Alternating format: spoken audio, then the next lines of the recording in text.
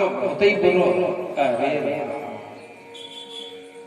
कोई कहे माँ घर तो बहुत ही बुरो, हमारे तो बहू बुरी, हमारे तो लड़का बुरा। और सिद्धपुर का जी क्या आप देख रहे सब जगह हमारी बहू है तो कुछ बिन उनकी अच्छी। यह बुद्धि पता पड़ती, ये बुद्धि क्या है। हमेशा अपनी बहू की बड़ाई करो, अपने लड़के की बड़ाई करो, उसे प्रोत्साहित करो। जैसे सामने आया कहने लगे तुम तो बना बुद्धू, तुम तो बना बुद्धू, तो बेचारा सोचता है बुद्धू वही सभी अब क्या कर लिया जाए, कुंठित तो हो जाता है। नहीं उसको प्रोत्साहित करिए, उसको पुरस्कार दीजिए। जब परसों की रात यहाँ भजन मंच पे हुए थे, बाहर से आए हुए थे, इन्हीं बच्चों ने बुलाए थे, उनमें एक बच्ची भी आई थी। अब सबके बीच बैठी थी, जब उसने स्तुति गाई श्री रामचंद्र कृपाल भजन तो हमने कहा इनको इस बिटिया को पुरस्कार देना चाहिए, क्योंकि जब पुरस्कार मिलेगा तो उसे लगेगा और हम स्तुतियां याद करें, फिर स्तुतियां सुनें भगवान की तरफ, उसका मूड होगा। भाई फिल्म के गाने गाए तब तो सभी पुरस्कार देंगे, बहुत अच्छा गाया, लेकिन जब भगवान की स्तुति गाए तब पुरस्कार। अपना बेटा बिटिया बहू माता पिता कोई भक्ति करे तो उन्हें शाबाशी दे। भक्ति करे बेटा तो पीठ ठोको कि वाह तुमने तो अपने कुल का नाम कर दिया, लेकिन भक्ति करे तो माता ही बाप कहेंगे अरे तुमने नाम दो। ये तो बिल्कुल नहीं, इनका दिमाग हमका। ये क्या है, ये बुद्धि। सुमित्रा जी ने क्या कहा, हमारा आप रामचरितमानस देखो, हम ज्यादा हमें ज्ञान नहीं है, हम आप लेकिन गुरु प्रसाद है, गुरु जी का प्रसाद है। तो महाराज जी क्या करते हैं, देखो सुमित्रा की तरह बनो। माता से कहते हैं कि जब राम जी को वनवास हुआ तो सुमित्रा ने क्या कहा, सुमित्रा जी ने कि लक्ष्मण हमें लगता है तुम्हारे भाग्य से ही वनवास हुआ है, क्योंकि तुम्हें सेवा का अवसर मिल रहा है। और एक चौपाई भी आई, वही अवध है जहां श्री राम जी, वही प्रकाश है जहां सूर्य। सुमित्रा जी कहती हैं कि बेटा तुम चिंता न करो, तुम जाओ और इनकी सेवा में कमी न रह जाए, ये सभी कहते हैं उनकी सेवा में कमी न रह जाए, ये बड़ा अच्छा हुआ।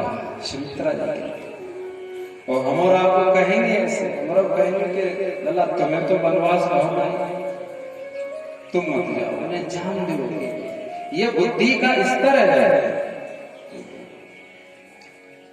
जब भरत जी विकल होते हैं तो कौशल्या मैया भरत जी को समझाने लगती है कि भरत तुम चिंता नहीं करो, राम का स्तर वह है कि राम को कोई हर्ष विषाद ही नहीं हुआ था, राम तो मौज में है, भरत जी तुम विकल मत हो। कौशल्या माता से, और कौशल्या के ही तो राम हुए। तो जब आध्यात्मिक रामायण हम आप देखते हैं तो आध्यात्मिक रामायण में कहा है कि जो कौशल्या केकई और सुमित्रा हैं, ये सतोगुण रजोगुण और तमोगुण बताए। दशरथ जी जीव हैं आध्यात्मिक रामायण में, और सतोगुण कौशल्या हैं, रजोगुण कौन बताया, केकई है, और तमोगुण से उन्होंने सुमित्रा जी बताया। अब इसमें यह नहीं समझना चाहिए, हम और आप यदि ये समझें कि तमोगुण कोई बुरा होता है, बुरे वाली बात नहीं है, ये प्रकृतियां होती हैं। प्रकृति का क्या कार्य होता है, उस प्रकृति के कार्य को जीव अपने तीनों गुणों को लेकर के चलता है। कौशल्या को कहा श्रीमद् भगवद गीता में जो कहा है योगा कर्मसु कौशलम, कौशलम ये यहाँ कौशल्या को कहा। योगा कर्मसु कौशलम, कौशलम माने कुशलता पूर्वक जो अपने कर्म को करता है वही कौशल्या होता है। कुशलता पूर्वक कर्म करना यही है कि इसमें हर्ष विषाद ना हो, इसमें फल की इच्छा ना हो, इसमें कोई कामना ना हो, इसे कहा जाता है योगा कर्मसु कौशलम। समत्वम योग उच्यते, जब बुद्धि का स्तर और बढ़ता है, श्रेष्ठ पुरुषों के बीच बैठते बैठते बुद्धि का स्तर और बढ़ता है, तो फिर वह क्या कहने लगता है कि पूरा देश मेरा है, पूरा देश मेरा है। आज जैसे हम आप देखते हैं कि योगी मोदी कहते हैं कि पूरा देश, हम देश का प्रतिनिधित्व कर रहे हैं, और आज विश्व में भारत का टंका बजा रहा है। पूरा देश, हम देश के लिए कर रहे हैं,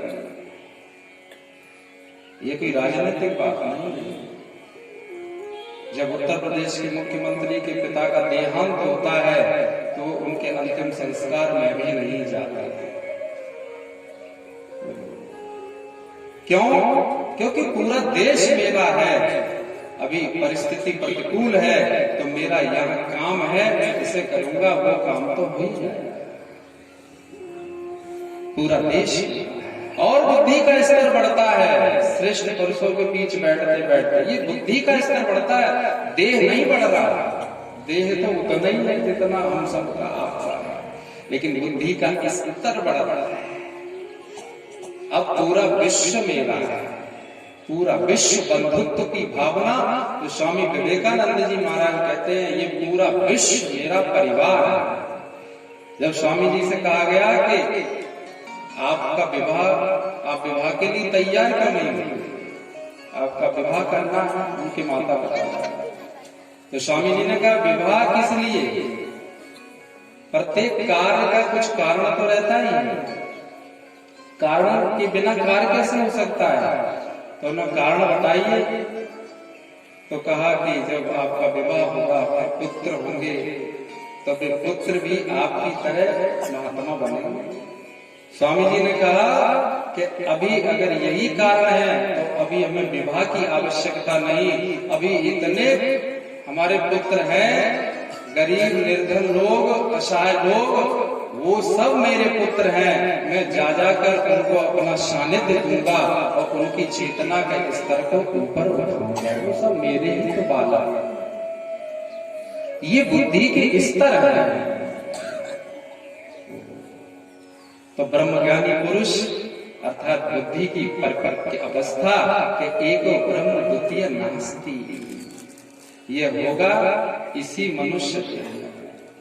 और यदि इस मनुष्य देह को यही लगाए और मनुष्य चला गया तो आगे के जन्म में कोई जरूरी नहीं है कि फिर से हम और आपको यह देह मिलता है। कोई यदि यह सोचे, बोलो, एक जने ने कल पूछा था कि महाराज हमने सुना है कि 7 जन्म तक तो मनुष्य बनते ही रहते, मनुष्य देह एक बार मिल गया फिर 7 जन्म तो मिलना ही नहीं। लेकिन किसी ने कहा होगा, लेकिन अपने वेद शास्त्र ये कहते हैं कि जड़ भरत को, देखो भरत जी को हिरण बनना पड़ा, राजा पुरंजन को स्त्री बनना पड़ा। क्यों? क्योंकि जब प्राण बहिर्भूत हो रहे हो, जब ये देह छोड़ रहा हो प्राण, तो प्राण के संग क्या जाता है? देखो देह तो यही रह जाता है, प्राण निकलता है। तो प्राण के संग एक चीज और निकलती है, वह प्राण के साथ क्या जाता है? मन जाता है। तो अंत में जैसे आपके मन में जो भाव आ रहा है, देह छोड़ रहे हैं, इसीलिए तो भीष्म जी ने कहा कृष्ण से, भीष्म पितामह ने क्यों इंतजार किया उत्तरायण का? भीष्म पितामह कहते हैं हम समय भी अनुकूल देखेंगे और हमारे सामने जो हमारी मृत्यु में अनुकूल हो ऐसा व्यक्ति को देखेंगे। तो भगवान श्री कृष्ण को चाहते हैं कि हमारे सामने हो भगवान, हमारे सामने मृत्यु हो रही हो भगवान हमारे सामने हो। इतना उद्देश्य बना लेना ही हमें तो लगता है यही ब्रह्म ज्ञान है कि मृत्यु हो रही हो भगवान सामने हो। भीष्म जी कहते हैं कृष्ण को बुलाओ। कृष्ण मुस्कुराते हैं, कहते हैं बताओ पितामह। तो कहते हैं कि मैं प्राण तभी त्यागूंगा जब मेरी बिटिया का ब्याह हो।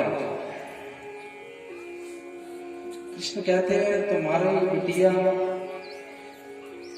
और भी संत ऋषि मुनि पांडव खड़े थे, तो कहते हैं अभी मेरी बिटिया कुंवारी है, अभी मेरी पुत्री मति मेरी कुंवारी है। पुत्री को क्या मति कहा? अभी मेरी मति कुंवारी है, जिसे हम और आप अपनी भाषा कहते हैं कि निगुरे हैं, निगुरे। अभी मेरी पुत्री कुंवारी है, तो कुंवारी है तो आप बताइए। भीष्म जी कहते हैं हम उसका विवाह आपके संग करना चाहते हैं, हम अपनी मति का विवाह तुम्हारे संग करना चाहते हैं। अर्थात हम अपनी बुद्धि को मरने से पहले तुम्हें समर्पित करना चाहते हैं, जिससे कि हमारी सदगति है। जो मृत्यु से पहले अपनी बुद्धि को भगवान को ब्याह देता है उसकी सदगति हो जाती, उसका मोक्ष हो जाता है। और जो अपनी बुद्धि को अपने परिवार और जगत में लगाए रखता है वह नरकगामी हो जाता है, नरक चला जाता है। पता नहीं कौन बने, आगे के जन्म का कुछ पता नहीं, और जब देह छूट रहा हो तब भगवान सामने हो, ये तो बहुत बड़ी बात है। वह अभ्यास है तो कौन के वैराग्य जग है। बचपन से ही अभ्यास करना चाहिए। जो बचपन से अभ्यास कर ले जाता है उसकी बुद्धि, जो बुद्धि अपनी बुद्धि को परमात्मा को समर्पित करता है। जिस व्यक्ति के अंदर भीष्म पितामह जैसा, पांडवों जैसा धैर्य है, धैर्यवान व्यक्ति की हमेशा विजय होती है। जो धैर्य को धारण कर लेता है वह व्यक्ति आज आपको परेशान सा लगेगा, लेकिन अंत तो गत्वा, अंत में जीत धैर्यवान व्यक्ति की ही होगी। और जिसने धैर्य खो दिया समझ लो उसका जीवन का पतन बन गया। प्रतिकूल परिस्थितियां तो भगवान श्री कृष्ण, राम, दशरथ सब पर, लेकिन धैर्य को, देवकी धैर्य को बनाए रखा। वसुदेव और देवकी के पुत्रों को मारा गया। हमारे आपके पुत्र को कोई समाचार दे कि वहां थोड़ा सा गिर पड़ा है आपका पुत्र, तो अपने सीने पर कैसा लगता है? गिर पड़ा नहीं, ज्यादा नहीं लगी, अपन दौड़े भागे। कहीं अपने पुत्र को, पुत्री को कहीं उसका लहू देख लें, खून देख लें, तो अपने हृदय पे कैसी चोट पड़ती है, बेटे का खून निकल। आप थोड़ा सा विचार कीजिए, जिस समय देवकी को पुत्र होता था और कंस छुड़ा करके जब पटकता था, उनके सामने जब पुत्र को मारा जाता था तो देवकी पर क्या गुजरती थी, आप विचार करें। देख लेना एक अलग बात है, सुन लेना एक अलग बात है, लेकिन इन बातों पर विचार करना, कथा पर विचार करना एक अलग बात है। देवकी पर, वसुदेव पर क्या गुजरती हुई ये वे ही जानते, लेकिन उन्होंने धैर्य, दूसरा उसको मारा, तीसरा उसको मारा, चौथा बार उसको मारा, पांचवा बार उसको मारा, छठवा बार उसको मारा। जब 6 पुत्रों की हत्या हो गई तो भगवान ने कह दिया योग माया को जाओ जाओ, योग माया। भगवान तैयार हो गए। जो व्यक्ति धैर्य को धारण किए रहता है फिर भगवान पर रहा नहीं जाता है, फिर भगवान प्रकट होने के लिए वो अपने सभी साधनों का उपयोग करते हुए कहते हैं अब मुझे पृथ्वी पर जाना ही पड़ेगा, क्योंकि ये व्यक्ति धैर्य नहीं खोया। पांडवों ने धैर्य नहीं खोया, कुंती ने धैर्य नहीं खोया, तो कुंती के साथ हमेशा श्री कृष्ण बने रहे। और कुंती को कहते क्या रहे कि ये तो बुआ है। अर्जुन को बहनोई बनाया, बोलो ये भगवान की लीला। लेकिन कब? जब कुंती ने धैर्य नहीं। हम और तुम तो छोटी छोटी बात पर धैर्य खो देते, घर में कोई बात हो जाए तो धैर्य खो देते। हाँ, ऐसा लगता है कि तलवार बंदूक निकल आई अभी होती है। जिसने धैर्य धारण किया, गोस्वामी जी ने क्या छोड़ा रामचरितमानस में? धीरज धर्म मित्र और नाम, आपतकाल परखिए चाहे।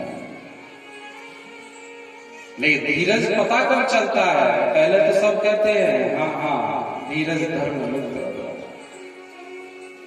जिसका समय ठीक न चल रहा और उस समय भी वो धीर गंभीर होकर के शांत होकर के बैठता है, किसी से न लड़ता है न झगड़ता है न किसी को दोष देता है, बस समय को निकलने देता है कि निकले समय, निकले समय, शांत रहो शांत रहो शांत रहो।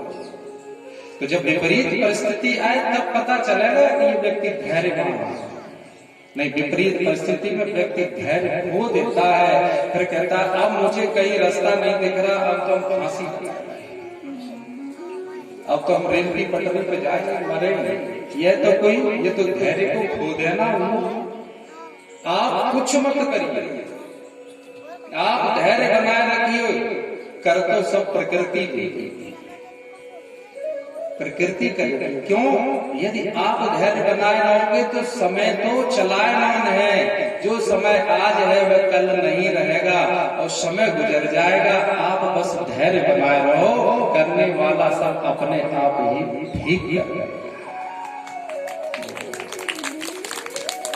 और नहीं, हमने कोई उठापटक कर ली तो और ज्यादा अपने कर्म को दुगना बढ़ा देंगे आगे।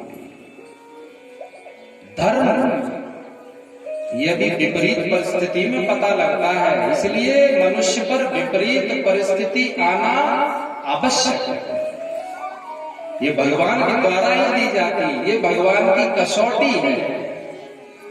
जब हम और तुम एक घड़ा भी खरीदने जाए पानी के लिए, अब तो कम ही लोग जाते हैं, फ्रिज रखी गांव में, लेकिन संत पुरुष साधक हमेशा मटके का ही पानी पीते हैं, फ्रिज का पानी। जब मटका लेने जाओ बोलो तो हमारा आप कैसे देखते हैं? हमसे ठोक ठोक के देखते हैं। जब एक मटका लेने जाते हो तब उसे ठोक ठोक के देखते हो, तो भगवान की भक्ति कर रहे हो, भगवान ठोक ठोक के नहीं देखेगा, तो भगवान भी ठोक ठोक के देखेगा। इसलिए भगवान कसौटी पर कसता है। तो विपरीत परिस्थिति आए तो मेरे ईश्वर ने दी है, मेरी परीक्षा है, मैं धैर्य धारण करूंगा, परीक्षा में पास होगा, मैं पढ़ाई करूंगा। मित्र, यूं तो मित्र कितने हैं कि यह भी मित्र है, यह भी मित्र है, यह भी कितने लोगों का आना जाना है, लेकिन विपरीत परिस्थिति में आपका जो संग दे दे वह आपका मित्र है। विपरीत परिस्थिति आएगी, आपको छोड़कर के सब भग जाएंगे, तो विपरीत परिस्थिति अच्छी हुई कि नहीं हुई कि अपने आप यह मालूम लग गया कि देखो अब हम अकेले बैठे हैं, कोई भी नहीं। उस समय आपको आकर के कोई दो शब्द भी कह दे आकर के कि भाई साहब कोई बात नहीं, अच्छा समय आ जाएगा, तो वही अपना मित्र है। एक शब्द का ही तो है सहारा, शब्द का सहारा है। एक भिखारी, सुकरात कहा करते थे, एक भिखारी भिक्षावृत्ति करने आता था। एक दिन सुबह टहलते हुए एक कोई भद्र पुरुष थे, तो भिखारी ने कहा कि कुछ हो तो पैसा दे। तो उन्होंने उसके कंधे में हाथ डाला भिखारी के, उसे गले से लगाया, कहा कि देखो महाराज, आज क्या है, मैं दूसरे कपड़े पहन करके टहलने चले आया, आज तो मेरे पास एक भी रुपया नहीं है, बड़ा संकोच हो रहा है, आगे जब कभी मिलोगे तब। तो भिखारी रोने लगा, वह भिखारी रोने लगा, आंसू टपकाने लगा। भिखारी कहने लगा कि पैसे तो रोज मिल जाते हैं, लेकिन जैसे तुम गले से लगाया ऐसे आज तक मुझे किसी ने नहीं लगाया। जो यहां मिला नाथ आज मैं कहा न पावा। केवट को कहा जब ले लो, तो केवट जी ने क्या कहा, आज मुझे ऐसा क्या है जो ना मिला हो, सब कुछ तो मिल गया। अभी तक मैंने इतनी मेहनत करी, आज मिला है मुझे। पैसे तो सब दे जाते हैं, उतराई तो सब दे जाते हैं, लेकिन जो मिलना था मुझे वह आज मिला है कि आप मिले हो। प्रेम मिला है। जो प्रेम देने वाला व्यक्ति होता है वह धन कोई भी दे सकता है, पद कोई भी दे सकता है, मकान कोई भी दे सकता है, वस्त्र कोई भी दे सकता है, लेकिन प्रेम कौन देगा? प्रेम तो भगवान ही देता है। और भगवान को प्यारा क्या है? धन प्यारा है क्या भगवान? अगर धन प्यारा होता तो अंबानी के घर बैठे होते भगवान। अब 5 नंबर पे आएगा अंबानी, पूरे विश्व में 5वें नंबर पर आएगा। तो अंबानी के घरे बैठे भगवान, गरीब की कुटिया में काम। लेकिन भगवान धन पर नहीं रीझते, भगवान पद पर नहीं रीझते। यदि पद पर रीझते तो आप पता प्रधानमंत्री राष्ट्रपति घर होते नहीं, परिवार पर नहीं रीझते। भगवान किस पर रीझते हैं? जुड़ा ना अब तक सीधा नाता, कोई कमी जरूर है। यदि परमात्मा से नाता नहीं जुड़ रहा है हमारा तुम्हारा, तो कोई कमी तो नहीं तो जुड़ा ही है।